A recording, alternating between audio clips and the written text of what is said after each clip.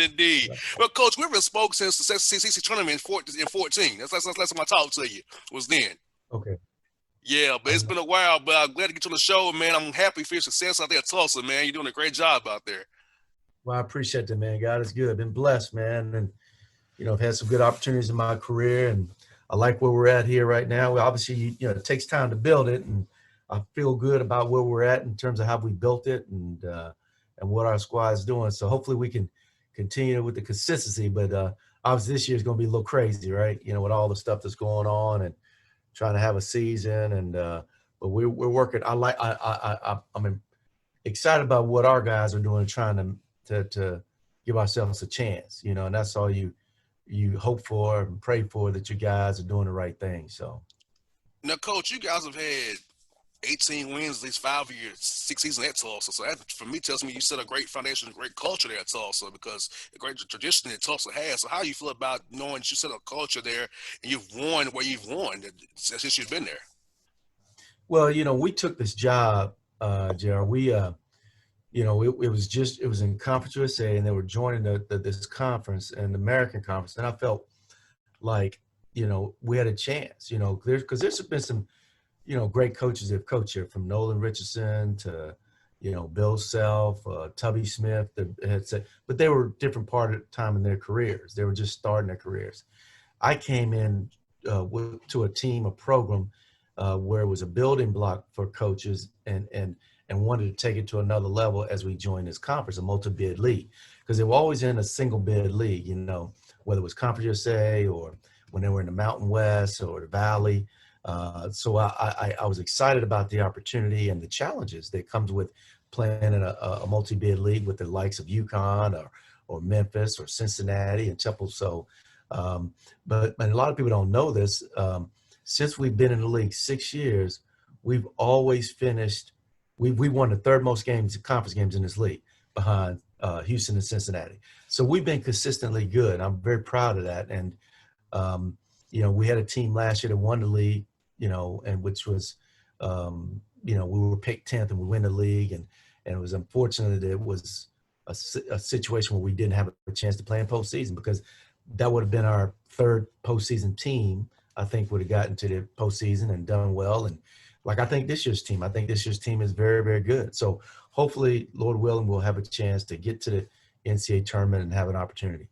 Now, Coach, let's go back to March 11th. That was my birthday, when everything kind of just went straight to what. Kind of everything went bad. So how where were you guys at, and how did you have to tell your team that the season was over with and get them to get home safely and go from being on campus to virtual learning and keeping their grades up while in the middle of a pandemic? It was extremely hard, Bossman. We were in Dallas, Fort Worth, ready, preparing for the AAC tournament. And, word started trickling around with these other conferences were canceling their tournaments. And so we met with our guys that morning and told them that we were heading back. And not knowing, I think on the drive back, we got wind of, all tournaments being canceled, all postseason being canceled, because there was some thought that maybe we will still have some type of postseason at that point in time. And then as we got back to to Tulsa, we got in the locker room and we had to give the news to our guys. I mean, it was emotional. I will be honest with you, because our guys were very excited about where we're at in terms of in our season with our team, in terms of how we were playing, and we felt like we could have done some damage in postseason because of the way we were playing. But having to deliver that to our guys was difficult, and then keep our guys focused to finish up, as you mentioned, academically in the right path, and then look to the future. We had two seniors on that team that were very critical to our success, and then that was the emotional part. It's funny, when we got back here, when we started practice the other day, I reminded our guys of, I said, listen, guys, 200 and some days ago, we were hit with this pandemic. And what happened, I learned a lot from this pandemic, and I think you should have too. And what we learned is, don't take anything for granted, right? Because anything could change. We saw our lives take a huge turn 200 some days ago where we didn't control it. Like going out to play ball or going to the gym to hoop was no issue. And now all of a sudden that was taken from us. Me taking my wife out to dinner, that was no issue. But now all of a sudden, things change. And I said, for what we could learn from this pandemic is embrace opportunity and do not take things for granted. And I thought it was good to get our guys to focus on that, because the young people, they don't, and we are guilty as it too, not just young people, of taking things for granted. Yes, sir. Yes, coach, you're so right about that. For me, traveling is my thing. Covering NBA, covering college basketball. I haven't left Atlanta since March 11th, my birthday. I haven't left, So Yeah, we're in November now. So just think how like going to dinner, like you said, going out to eat, just doing simple things like going to a store, wearing a mask now, just because of our world. Like you said, we don't control none of this stuff. And I think it's good to remind the Lord, showed us again, He's always in control, not us. Nature that's takes its right. course. No matter what we try to do as humans, nature still rules today, no matter what we try. That's right. That's right. And now, Coach, thinking academically wise, I know you're Tulsa grade school academics. I know you're big on that. So, how do your academic advisor and your assistant coaches keep your young men grounded through the blackboard systems and keeping them on task and holding them accountable when they're not on campus with you and that structures you have study halls? And how do y'all go about to make sure your young men's GPA stay high over the spring and summer semesters here?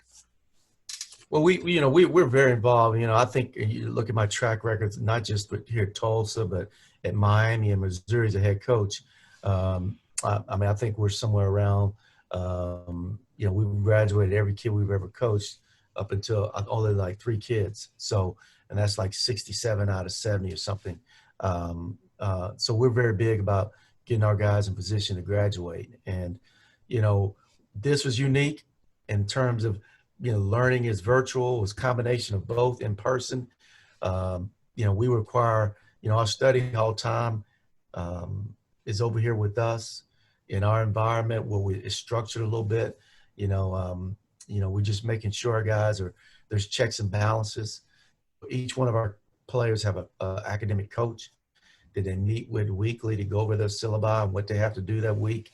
I think there's tremendous amount of communication, helping our guys through it in terms of making sure they got the tutors and things they need. Because we all know, and that piece of paper is so important in success. And because at some point in time, that air comes out of that ball and they have to have something to fall back on. And so we stress this when we're recruiting, Bossman. We say we don't want kids to come to school to play ball. We want kids to come to school and play ball. And so Sir. academics is extremely, extremely important to what we hope we give to them. And I would want our kids to say, I learned how to be a better basketball player, but I also learned life skills at Tulsa with Coach Haith and his structure and or infrastructure. And I think that's really important to me, that we give that to them. And Coach Hayes, how did you all go about keeping their minds sharp with what's going on around us with the pandemic, racial injustice, and on the Zoom calls you had? Because I know young men, 18 to 24 years old, that can hit them a different way. Now, I'm in my 30s. I know you're in your 50s, so we kind of can deal with some stuff better than they can right now. So how'd you keep Right. their minds sharp and free and clear as things around them was going haywire? Yeah, I think the biggest thing is communication. And I did a lot of,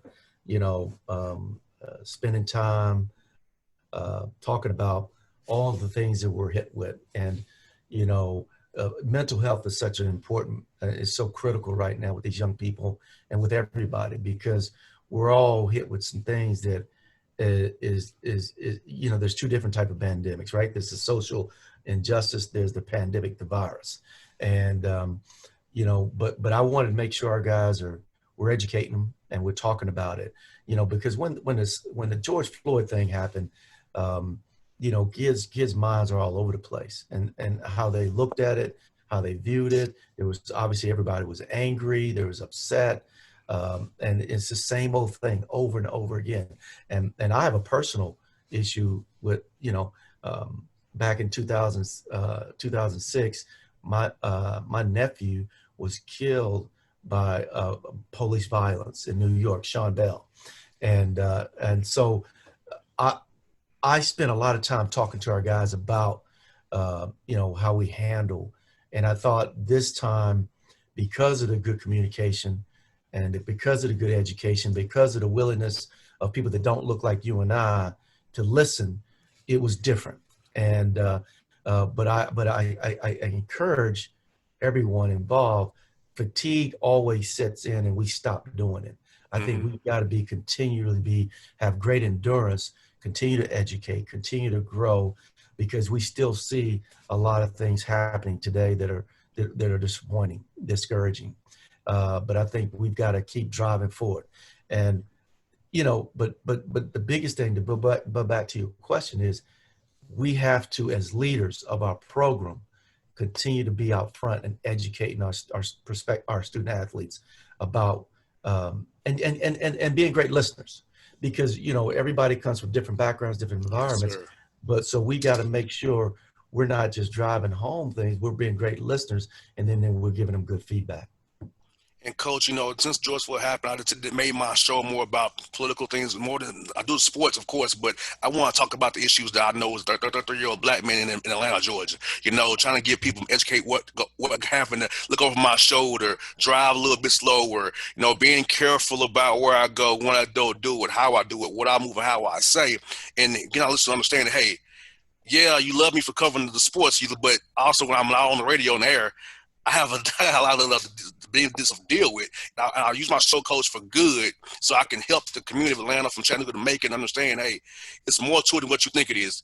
Beyond these sports, these guys, we're people, right? And there are things that go on that you don't quite understand because of you might not see it because you're in your silo. But there's lots of going on in this world that's bad. And if you just listen to us and listen with empathy, like you just mentioned, Coach, we can all come together and understand each other better going forward. So it won't be this divide that we have right now in our country. Yeah, and I think you make a point. Platform. We all have a platform, and that's why I was so proud of what the WNBA and the NBA utilizing their platform when they caught a lot of slack from certain folks. But we as black folks, we're proud of that, how they utilize their platform to speak on some of the things that are going on, and draw awareness and attention to it. And that goes back to my comment about the endurance, and we can't get fatigued. And I applaud both those organizations for doing what they did through the playoffs. And but it must not stop now. We got to keep going. I'm part of a group of folks that Black Coaches United is an organization that, and we're actually going to launch this week. But myself, John Thompson the third, Tubby Smith, Leonard Hamilton, Paul Hewitt, we're all the founders of this group, and we're still utilizing our platform to help educate other coaches of color, to be mentors for coaches of color, but to continue to do what we need to do. Now, you mentioned I'm in my 50s, man. I hate that, people, I'm still in my wheelhouse, so I'm still moving. And but I think we got some young coaches that we want to be there for them as they grow in this business. And now, coach, also this coach, thinking about this for your young men and their health, how did you all kind of approach them for staying in shape when they're back at home in their own environments with the strength and conditioning coach and keeping those young men kind of in semi-shape and get back to, so you want to start so much from scratch, prevent those injuries, soft tissue injuries from lingering all year long for us, and having a knee, ankle, or hamstring, something you don't want to have all year long. So how did you all manage your young men in that regard, ramping them back up here? Well, we have a great strength coach, and a guy named David Dietz has sent a lot of information to our guys in terms of giving them a foundation to train a little bit before they got here. The challenge we have in front of us, Bossman, is that when you have a positive test within your team, and then you have contact tracing, you have guys that are in quarantine, and then guys get shut down, and then they come back to your team. That's when this concern. I mean, I worry about that from you just talked about it. If you lose, like it's anything, if you stop conditioning, stop performing, you're going to lose a lot of things. Then you come back to competitiveness, you're not right. So that's not healthy. And so we've got to do a good job. And hopefully the CDC gets in connection with these universities that if a kid does test positive, he can still find a way to stay in shape continue to so when he comes back to your team, he's not completely start from scratch again, and then you have more issues with them if you do that. So there's got to be some type of understanding how we maintain that with our young people. But we did a good job of helping our guys grow, build a foundation before they got to us. And we've been very fortunate. We haven't had a lot of positive tests, so we haven't had a knock on wood when I say that, a lot of stoppage with our development within our team, because these 10 days, 14 days it's going to make it very difficult to have a season this year. And we're still, it's very fluid. We're still growing through how we're going to try to play. And there's things that come out daily that we're trying to figure out. The testing portion of it, I think, is going to be critical to how we get to the wood. Is it going to be daily testing? Is it going to be the saliva test? Is it going to be the PCR test? There's a lot of communication back and forth trying to figure all this out. Now, Coach, speaking of scheduling, I know it's probably been a headache for trying to get games right now because, those 2 weeks are gone now. November 25th is the start date now. And so how's that been trying to get games and getting guys to come in and play you guys and playing the MTEs? How's that been going for you? Well, it's been great for us. We actually are in good shape. I think we just don't have a home opener because we have a team drop out.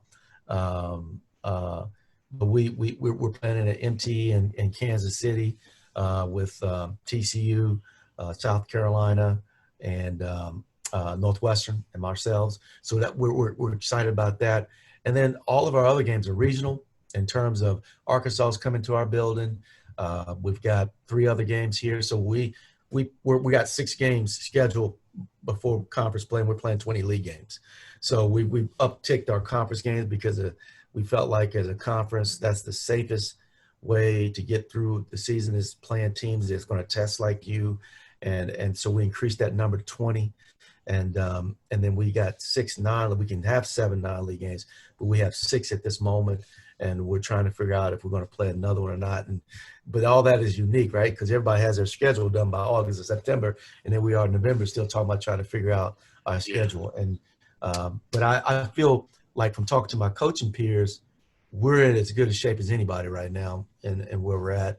And we're just ready to get going, and hopefully from between now and that 25th, that start day, we stay healthy and we get an opportunity to compete.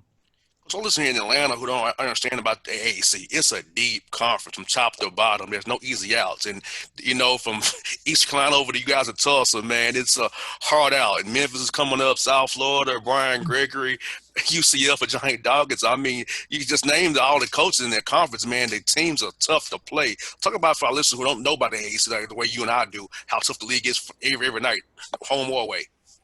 Well, I tell you, we've got a tremendous league, and you just mentioned a few of them, but Coach Sampson's a Hall of Famer guy at Houston, I think, and Houston to SMU to Wichita State, Greg Marshall over there it is every time you lace them up, you got to be ready to play. And the thing I love about this league, I mean, it's a multi-bid league. We just lost UConn, and UConn's in this league too. But even with the loss of UConn, I think our league is as good as there is in the country. I look at some of the things that our league have done. I mean, when we play the quote-unquote Power 5 schools, the success we've had against those teams. Just last year, 2 years ago, we played K-State, we played Oklahoma State, and we've had great success against those teams. And, Wichita State's played Oklahoma, and Oklahoma State, we've had great success against those teams, and because there's great coaches in this league, and I think that's the one thing that attracted me 6 years ago to this league was the type of coaching, the challenges you have when you play. Mentioned the Florida schools. Johnny and I are great friends at Central Florida, and Brian's done a great job, and I think he's going to have his best team this year over at South Florida. So Brian, so it's a league that you got to be ready to play. You lace them up night in, night out. You got to be ready to play against great coaching and great talent. 2 more for you, Coach. So one of them is how was recruiting via Zoom for you guys this year? I know I must see a guy in person, information with a parent, being in the home. So how was recruiting via Zoom, the virtual tours of the campus? How did you for you and your staff do this time around? Is that something you keep on doing down the road?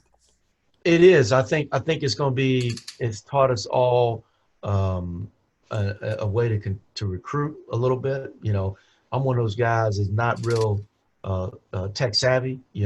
I mean, I can barely put gas in my car, so it's taught me how to learn how to be a little bit more, understanding, how this thing works. And I feel I'm excited about it. I think we were able to finish up recruiting without it. So I do see with this technology, we've all learned how to, the virtual tours and spending time with Zoom calls, that it may give us an opportunity to change our calendar from a recruiting standpoint. Not be out so many days, because I know that the coaches, once we start our season, don't really like leaving our program as much. And so because of the pandemic and the virus, and because of us learning a new way to recruit, I could see the NCAA and the NABC coming together and limiting our days out away from our team, to allow us to be on campus more. And I can see that in the near future with what we're doing from a recruiting standpoint, because of the experiences we've learned through this pandemic. That's why I for coaches. I was talking about who have been some key coaches in your life who helped you grow as a coach and as a man, and helped mold you as you grow in this business the way you are today. And head coach of the Tulsa Golden Hurricane.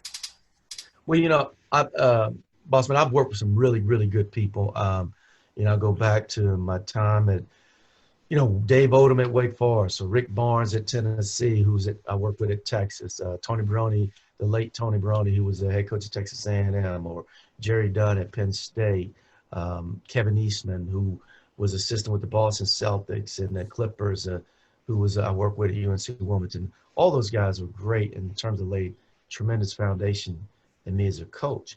But I encourage people all the time to really get out and get and have mentors. I have had, from Coach Ravlin was a huge mentor of mine, and a lot of people don't may not remember Coach George Ravlin, but he is someone that I really learned a lot from. Spent a lot of time talking to about the profession, even when I was an assistant. Leonard Hamilton was someone that I looked up to and spent a lot of time with, and he's still in the profession. And Tubby, but all those guys are guys that I didn't hesitate asking questions, and they're being resources to me. So I think it's a combination. You have people that help you grow in the business from experiences in terms of I work with, but then I have people that I look to as mentors that help me mold me into a coach, and their experiences they gave me. And I feel like from a combination of all of that, you have, I never stop learning. I tell people all the time, once you think you got this lick, you're going to retard your development. So I'm constantly trying to get better in my craft, in my profession. And, I'm always trying to grow. And so I've been really blessed that I've had people that are willing to give to me and help me grow in this profession. So, but I go back to my beginning statement. I've been very blessed and the opportunities, and I encourage all young coaches to embrace those opportunities you get. And the one thing that the guys I work for allow me to do, because so much in this profession is about recruiting. We talked about recruiting, and as a young black coach, black assistant, you do a lot of recruiting, but the guys I work for allow me to be involved with the total program. And whether it was speaking engagement, do radio shows, or scouting, floor coaching, or how do we get our bus for team travel, meals for pregame meal. All of that is going to help you grow when you get your opportunity as a head coach, that you know how to run your program. And I was fortunate enough to work with people that allowed me to be involved with the total program. Coach Hayes, I thank you for your time. I've been a fan of yours for years. Like I said, we talked since 2014 at the SEC tournament, but I'm happy for your success at Tulsa. Hope to see you when it comes to Atlanta. Hope you play Georgia Tech, maybe Georgia State or something out here. We can see you Yeah, there. You can get to town here and play Georgia and Athens, something like that, man. But I'm definitely a fan of yours for years, man. I'm happy for your success, Coach. I really am. I'm really proud of what you guys doing out there at Tulsa with the Golden Hurricane. appreciate you, boss man. And I appreciate you having me on, and let's do this again, my friend. God bless. Same for you, Coach. Have a great day, man. Talk to you real soon, brother. Okay. It's Frank Cable on the Bossman Show. Grab a hold of big breakfast flavor at Hardee's. Try 2 breakfast sliders for just $2.99. Get Applewood smoked bacon or freshly grilled sausage with fluffy eggs and golden melty cheese, all on a toasty little bun. Good morning, start at Hardee's. Available now for a limited time at participating restaurants. Tax not included. I was back on the Bossman Show with you, man. Somebody me here, Coach Matt McCall, a good buddy of mine. Coach McCall, man, good to talk to you again. Good to see you as well, brother. How things up there in Amherst for you, my man? Man, things are going great. It's great to see you too, boss man, and brings up a lot of memories, good memories we had down there in Chattanooga. I'll never forget we're getting ready to play a game at Lipscomb. You were out there rebounding for our guys, trying to get our guys warmed up, man. So always appreciate the time we can spend together, and things are going well. Yes, indeed. Well, actually, how's your wife and your kids doing up there through all this COVID stuff, man? So how's that been for you guys? You know, obviously, my wife's lots on her plate. My oldest is a first grader, and she's having to do all her education remotely because of where we live. So that's been a lot on my wife. But the kids are doing good. They're resilient, man. So everybody's healthy, which is the most important thing. Let's go back to March. It was my birthday, March 11th, when everything kind of went crazy with the universe here. So where was your team at? How did you kind of approach it with your guys as, you know, things kind of was going crazy, all the unknown factors going from being on campus to being virtual and academically? How was it for you and your staff, coach, and your players? Yeah, boss man. I mean, it was a crazy, crazy time. We were when everything started to escalate, we were on our way to Brooklyn to play in the Barclays Center and in the A-10 tournament. It's the first time in 5 years that UMass had a bye in the tournament. So we weren't playing on the first day of the tournament, but we did go by the Barclays Center because we were the first game in the next round on the next day. We were playing at noon. So we went by the Barclays Center and showed our guys the arena. I think Fordham was playing GW. We watched a little bit of that game just so those guys could get a feel. And then we went to the hotel and I had a meal, and that was the same night that the Thunder were playing when they got taken off the floor for COVID. And obviously my relationship with Coach Donovan was pretty dialed into that. And as the night kind of went on, it just started to think, man, are we even going to play this game? Mm-hmm. And, you know, normally the night before the game, you're, you know, filling out your play card and you're not sleeping because your anxiety is about the game. And this was like you kept checking your phone every 2 seconds on Twitter. Is everything going to get canceled? And woke up the next day, had our walkthrough, went to the Barclays, and was walking out onto the floor with about 3 minutes to go before the tip was supposed to happen. And our ops guy, Brian Grossman, said to me, you know, they just canceled the SEC and the Big 12. And I'm walking out of the tunnel onto the floor in the Barclays. I'm like, are we playing? And then right then and there, as soon as I hit the floor, everything got canceled. So then, boss man, you're shifting to, all right, what are we going to tell our team? We have one senior, you know, but I think in that moment, I don't think, you know, we had a couple guys transfer from our program. You don't think, hey, man, this is the last time I'm going to see this group all together. And it was. And then, you know, they asked me to do media. I sent the bus back to the hotel, and, you know, we were in Brooklyn, so there's hundreds of media in there, and media is over with. And I'm like, man, is it even safe to get in a cab or an Uber? Right. And ended up walking 2 miles back to our hotel. But it was just pretty surreal. I think our players did a terrific job in the spring of staying on top of their academics, even though everything was remote. The biggest challenge was then, as we put together the roster that we have now, starting our team meetings, doing everything Zoom, that kind of got like, all right, like when are we coming back to campus, getting back to work? Like, we're tired of talking through this computer, coach. Like, when can we get in the gym? You know? And we've been back since August 14th, boss man, and we've been tested, I think 25 times, every individual in our program. We've had 0 positives. So our guys are handling things the right way.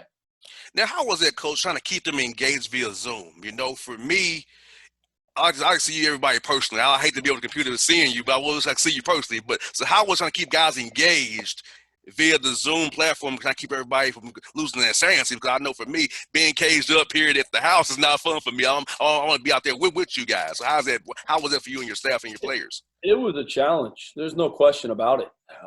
You try to be creative. You try to do different things. The different coach talking every time, not just me hammering them with a message. Allow the assistant coaches to speak. Allow the players to even speak at times. But there was no question. It was a challenge. And it kind of got to the point where, you didn't want to do it 2-3 times a week because how much are we really getting out of this? And it just kind of like, all right, now, we got to August and it's like, all right, it's time to get back to campus and get to work. Now, if we get about the August, coach, how did you kind of ramp your guys up? You don't give them nagging injuries starting in August. So how did you kind of ramp them up from being inactive from March to August? How was that process for you and your staff there? Well, we started one coach, one ball, one basket. We did that probably for 6 or 7 workouts. And then we transitioned that into groups, did that for 6 or 7 workouts. Then we went team, no contact, did that for 6 or 7 workouts, and then an actual full practice. Knock on wood, we've been pretty healthy up to this point in time. But, it has, one guy gets a little dinged up here, he's out of practice. But everybody's dealing with the same thing. Luckily for us, we haven't had to deal with the COVID piece of it yet, getting shut down for 2 weeks because of contact tracing. I think that is a huge hurdle for coaches to overcome in terms of, you build all this up. We got strength, we've got conditioning, we got all this stuff. And then, if you get shut down for 2 weeks, how does that affect what you're doing in practice when you come back? Right. And we haven't had to deal with that yet, but that's got to, no question, be a big, big challenge. And you have a new roster, not newcomers on your roster, and returns as well. Talk to us about your returns on your roster and the new guys as well. We got to look out for what you're thinking. I want my listeners here to keep checking out the Minutemen up there. I know you have a team, coach. But what I see on paper, you got a team up there, man. Yeah, Bossman, it's been when I took the job here, obviously leaving a special place like Chattanooga, I don't think I really knew exactly what I was walking into in terms of just where we were at this point in time, having to go through some very challenging, difficult years in order to get our culture right, for one, and in order to get the right guys in here.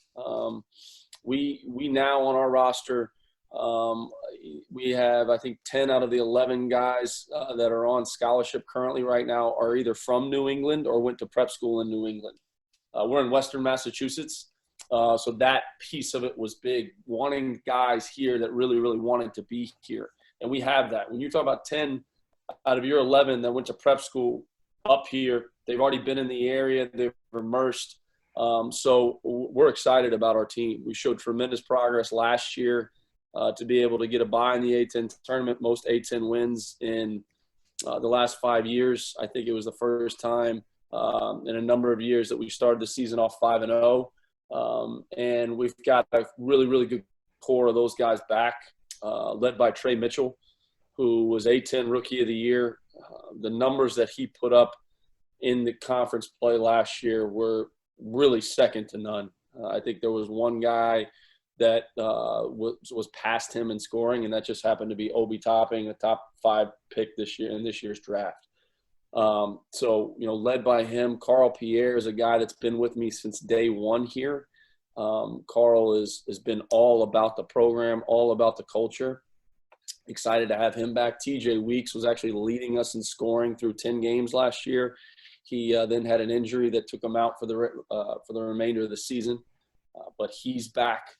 So those are really the core guys that you're bringing back to your team. And Dabaji Walker was another guy that was a surprise that we got late.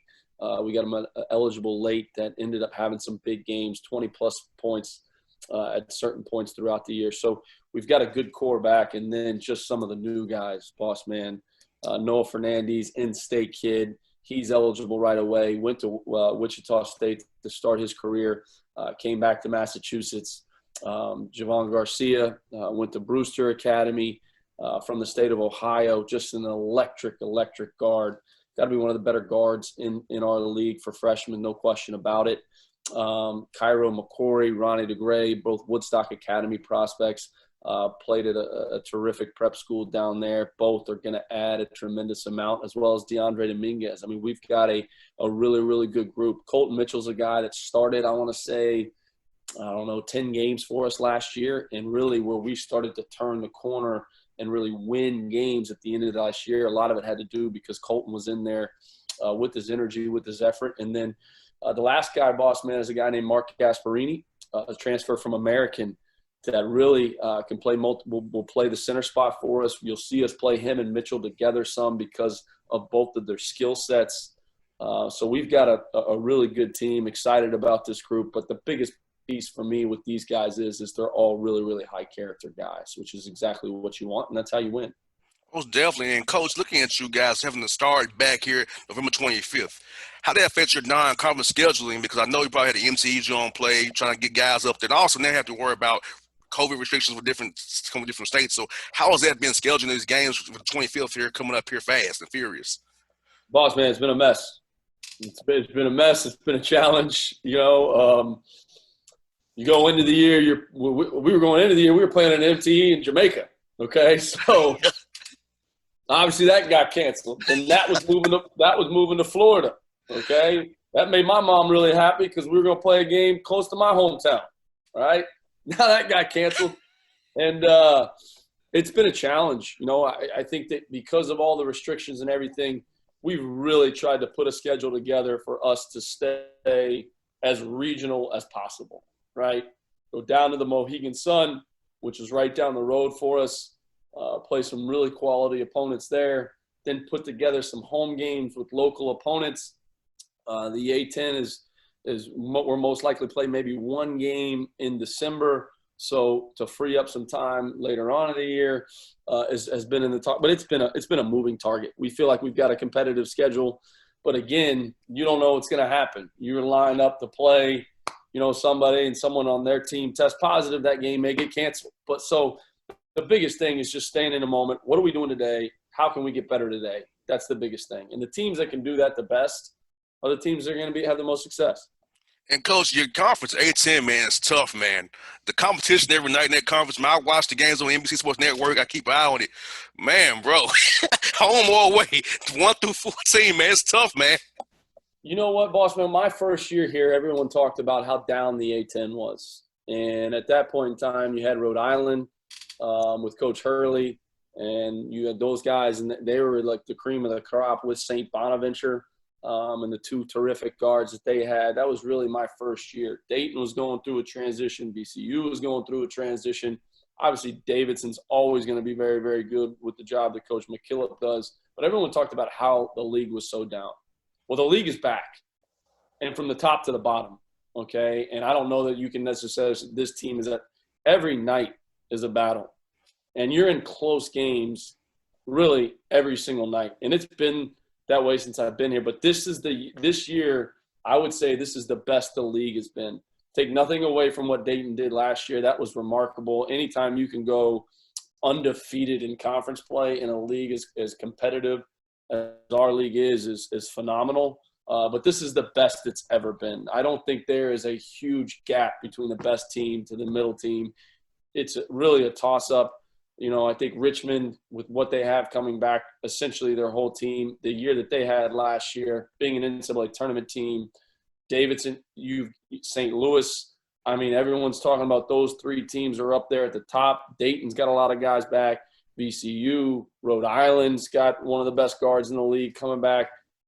I mean, there ain't no off nights, but really, yeah, right. Who handles all this stuff the best?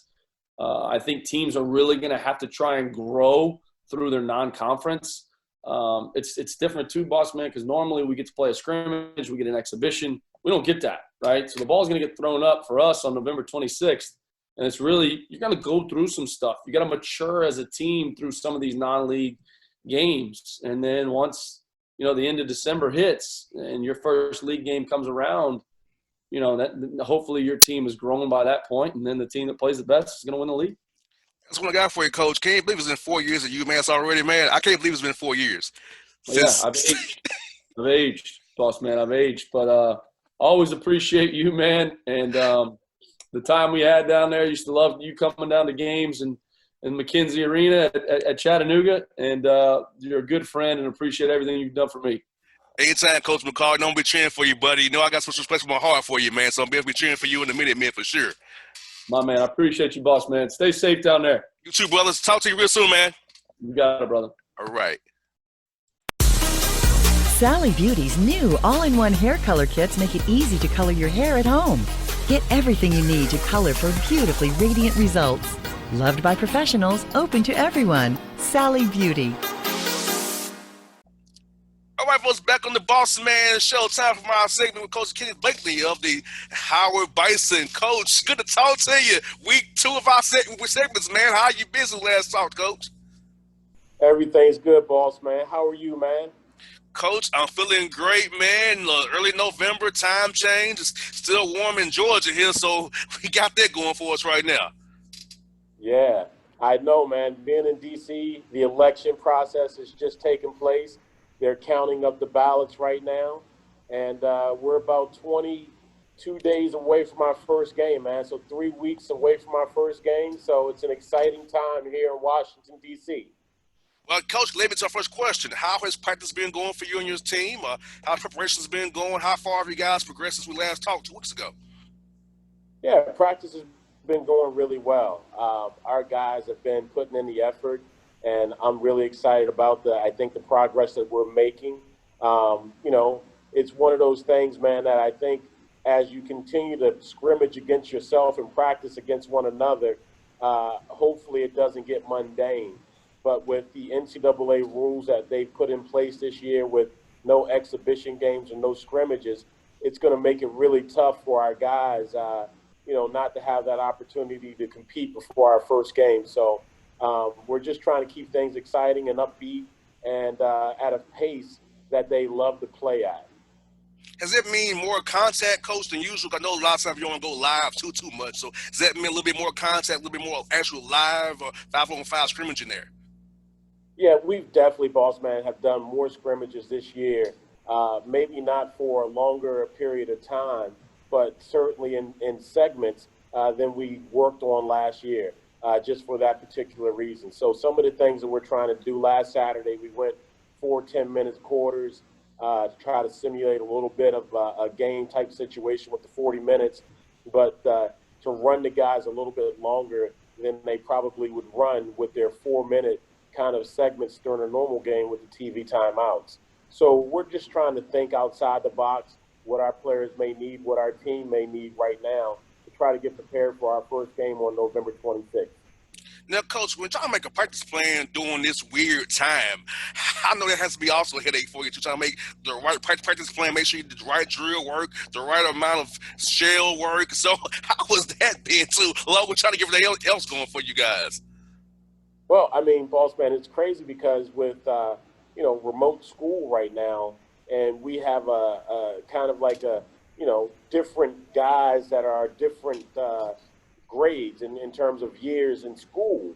We have some guys we have one gentleman that's a grad student, so, he'll miss a considerable amount of practice. We have other guys that have classes and here at Howard, the class work and the school work, precedents everything else in terms of athletics and what we're trying to do, and rightfully so. So we have guys coming in and out of practice. Sometimes we have 9 guys, and I might have to jump into a drill to make 10 for about 2 seconds before I realize I'm not supposed to be out there.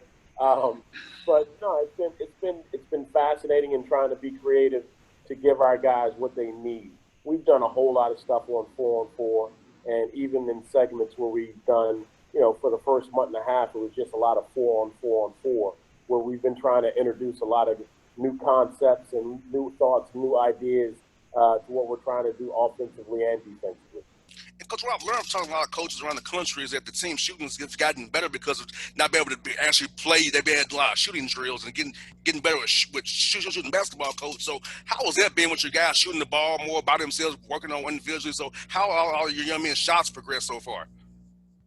Yeah, we were already last year, Bossman, one of the top 100 three-point shooting teams in the country. And that's a big thing for our program. So the type of young men that we want to bring in, and we want to recruit to be a part of our program is guys that can really shoot the ball and that are super skilled. So it's certainly something that we've emphasized in our workouts and in our practices. It's something that I hope carries over to our season when we begin. And Coach, I got to say, we got great feedback about our segments, Coach, from last time. And what I told people is it's good for Coach Blake because he got his roster from Charlotte and Columbia, which is 3 hours up the road from here, and I-85 Club is 4 hours away east of here. So you got 2 young men on your roster with some regional appeal to guys. So tell us about those young men on your roster from Columbia and Charlotte, North Carolina, for my listeners here who are very excited to hear about, that you have some guys on the roster from this area. Well, to have guys. Well, one, we can't talk about prospects. We can't mention them by name. But we do have some young men. We have Khalil Robinson that's from Columbia, South Carolina, that's on our roster.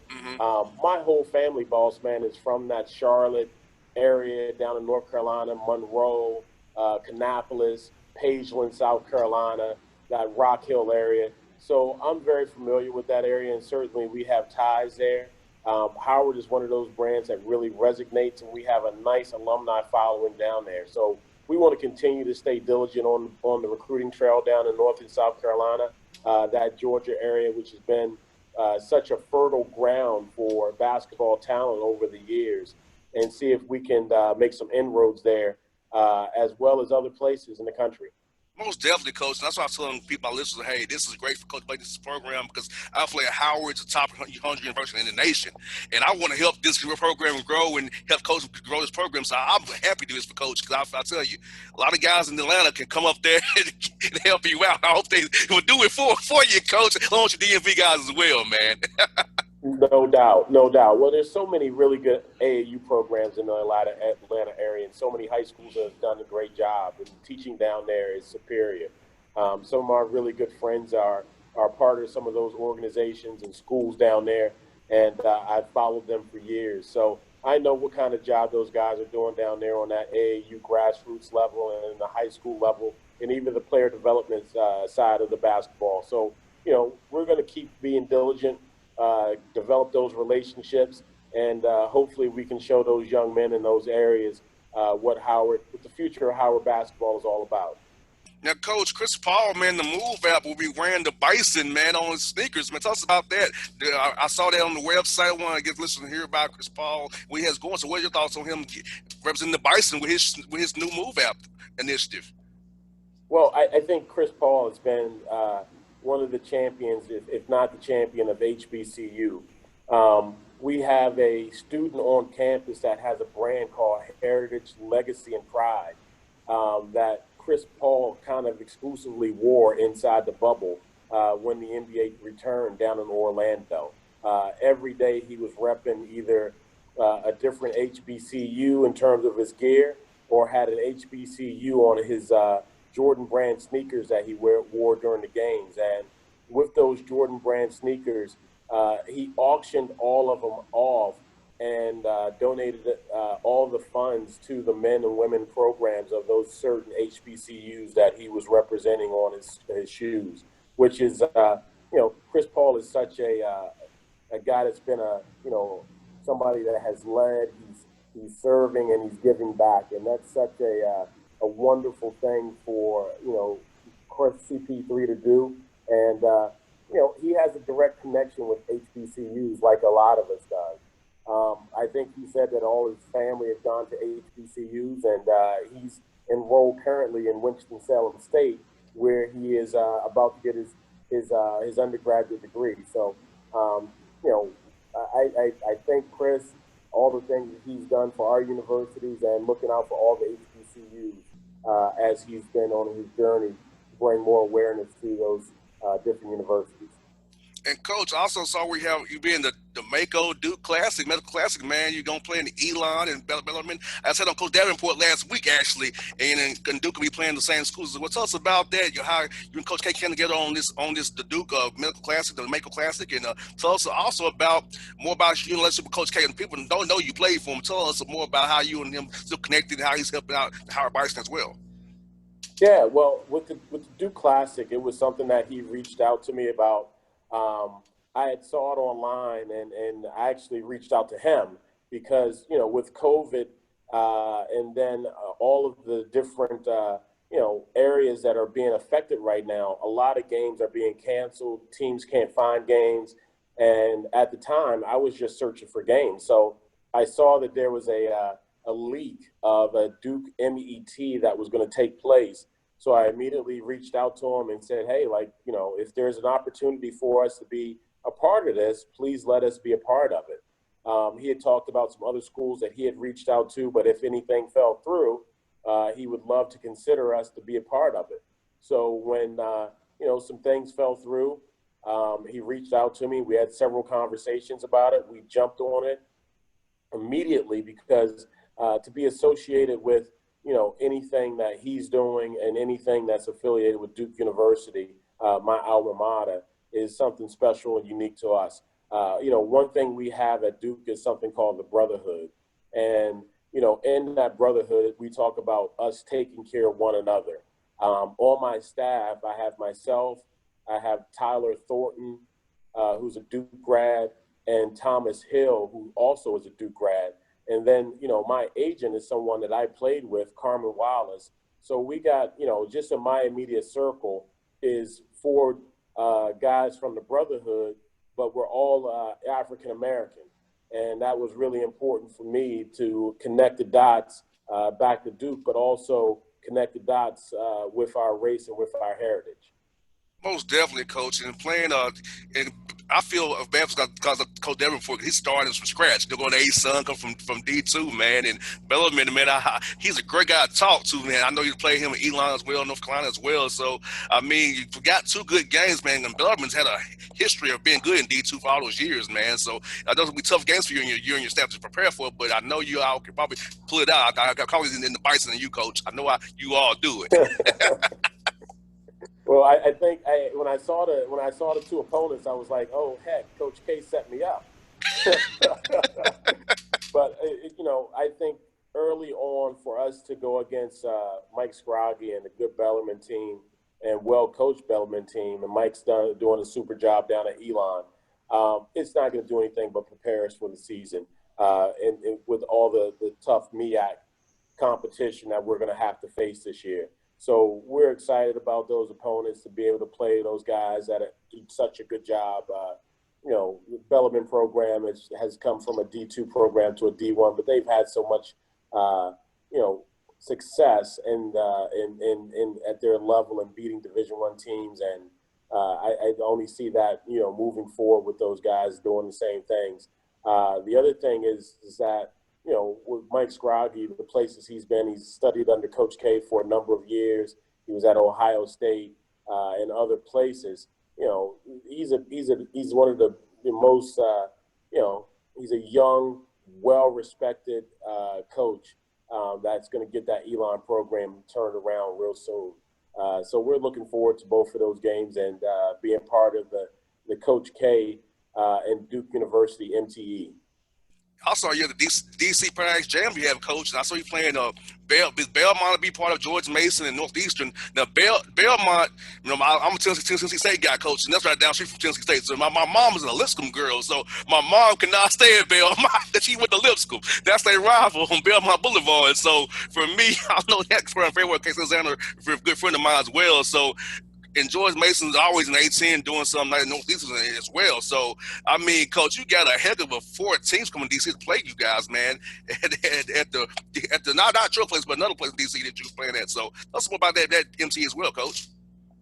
Yeah, well, the Paradise Jam, as you mentioned, was Belmont, George Mason, Northeastern. Again, 3 really good head coaches that can coach their tails off, and 3 really good programs. We're going to have our work cut out for us. And one of the things is that a lot of people to the outside observer may not know a lot about these universities, the Belmonts or the Bellarmines or the Elons or the Northeasterns, but they're all really, really good basketball programs, and they are going to challenge us and make us think and react in a way that is certainly going to be good for us, especially going into the MEAC conference. We're looking forward to the Paradise Jam. we have an extremely young team and a lot of guys that haven't played a lot of minutes. And it's going to be one of our first three games. We open up on the 26th, 27th, and 28th. So we're going to have those challenges and be throwing our guys to the fire right away. But I hope they respond. I know we'll be prepared, and it should be a lot of fun. Most definitely, Coach. Now, Bill Cohen's done a great job up there in the CAA, and then Coach George Mason always said they always tough. Kind of like your neighbors almost, too, right over the river there. So he's regional flow as well. Absolutely, no doubt about it. The George Mason game is going to be a little local rivalry. All these guys, they play down in Georgetown during the summer in the Kenner League, which is one of the best summer leagues in the country. So a lot of these guys have played high school ball against one another or AAU ball with on the same team. So it should be a lot of fun and great for the city.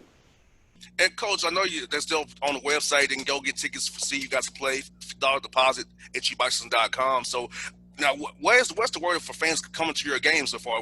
Is the mayor kind of clear that for you guys to have fans at your games so they can get those tickets, come see you guys play with that deposit? So how's that going for you guys, Coach? Yeah, right now things are still up in the air.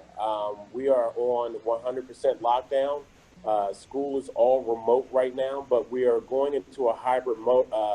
We're going to a hybrid form, I think, starting in January. So that may open up, and I have opportunities for people to come watch us play a little bit. Maybe it's at a 25% occupancy, but I think having some people in the stands, if it's safe, versus not having any people in the stands is still better. But, we want to certainly protect the health and the well-being of our students, our student athletes, and people in the community here in Washington, D.C. A little light question for you, Coach, to finish off today, Coach. Tell us a great food spot to go to in D.C. We come to D.C. from Atlanta. We should go get us some food in D.C., Coach. Tell us a good spot or two. Well, I think you have to try to find any spot that has chicken and mambo. Okay. So mambo is a sauce that we put on fried chicken wings here in D.C. And it is sort of a D.C. legacy.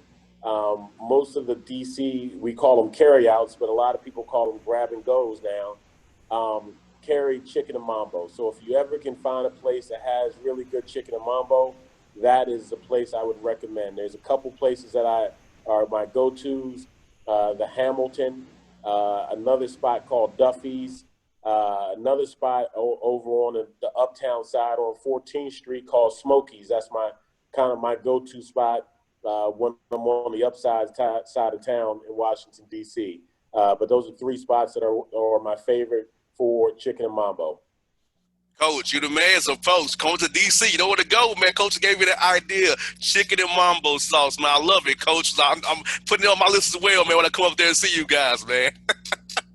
Boss, man, I can't wait, man, for us to get out and to show you around town and also introduce you to some delicious D.C. cuisine. Oh, I can't wait, because I love to eat, man, so I can't wait for that, buddy. I'm right there with you, boss, man. It'll be fun. Coach, man, thank you for your time today. We're doing this 2 more weeks. I can't wait to talk to you again, my brother. Be safe, Coach. Look forward to it, man.